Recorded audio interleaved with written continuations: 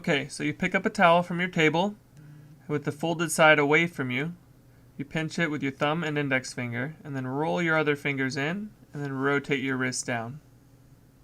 Now you can see the hands are completely protected by the towel, and they can be used to place down where you'd like to. And I usually just barely cover the teats, or I'm just lateral to the teats for a spay or abdominal approach.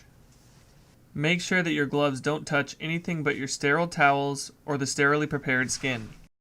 The caudal towel is placed just to cover the pubis and can be palpated to confirm location. The cranial towel is placed to just cover the tip of the xiphoid process, and this can be palpated as well. It's common to accidentally break sterility by bumping your abdomen against the table before the drape is on, so be mindful of your abdomen and make sure you don't bump your sterile gown against the table. In order to avoid this while placing the FAR towel, the following technique is used. Pinch the folded edge with your thumb and index finger, thumbs on top and the fold on the bottom. Then flip the rest of your fingers up on top of the folded towel. Pinch the edge of your towels with your pointer and middle fingers, and then rotate your wrists inward to protect your sterile gloves and avoid breaking sterility when placing this final towel. Back Haas towel clamps are used to hold the towels in place, and you want to include both towels and then just a little bit of skin, just enough to hold the towels in place. And sometimes it can be a little tricky and take a few pinches to get right. This is another common time to break sterility by bumping your gown against the table, so just be mindful of that and keep your hips back. Towel clamps are placed at each of the 4 corners of the towels, and in larger dogs on midline as well. This is to isolate your sterilely prepared surgical site from the haired skin. Now with our huck towels anchored in place, it's time for us to drape. The drape is open like a book with the pages towards you and placed directly on the center of our surgical site. The corners of the drape on either end are pinched, just these outer corners here. And then the drape is going to be opened both cranially and caudally, and then pulled toward you at the same time on the count of 3 and open.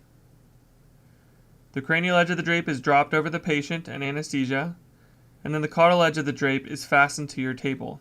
In the clinic, we use an Alice tissue forceps for this and clamp it to the table. In the lab, you can use your surgical pack by lifting it up and placing it on top of your drape. Next, you use your operating scissors to cut a rectangle out of the drape the same size as your toweled off area. You can palpate the underlying towel clamps to give you an idea of where this is. And then you can use your operating scissors with the blunt side down to cut the rectangle out of your drape. And then this rectangle is discarded. Then another set of towel clamps hold the drape in place. This layer of towel clamps doesn't penetrate down the towel or the skin and simply grabs the previous underlying towel clamp to keep the drape still. A second towel clamp is placed at least at all 4 corners. Once your patient has been sterilely draped, you can click your sterile light handles in place. Now I'll show you how to drape a canine neuter. Remember to be particularly mindful when placing this cross-table towel, not to contaminate your abdomen against the table. The lateral towels are placed so they just cover the teats. The caudal towel is placed at the cranial third of the scrotum, isolating the surgical site from the remaining haired scrotum.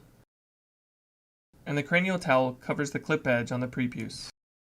Towel clamps are placed at the corners, just as for the spay, and then we're ready to drape. So our hips are back, and we're placing the drape directly over our surgical site, grasping our corners, and simultaneously pulling out and towards ourselves. Dropping the cranial border over the patient and anesthesia, and then attaching the drape to our surgical table so we can maintain a continuous sterile field between our instruments and our surgical site. Now the towel clamps are palpated so that we can identify where to cut a square out of our surgical drape.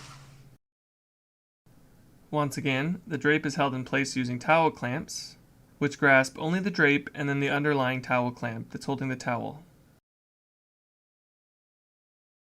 Once your drape is held in place, you can put your light handles on and you're ready for surgery.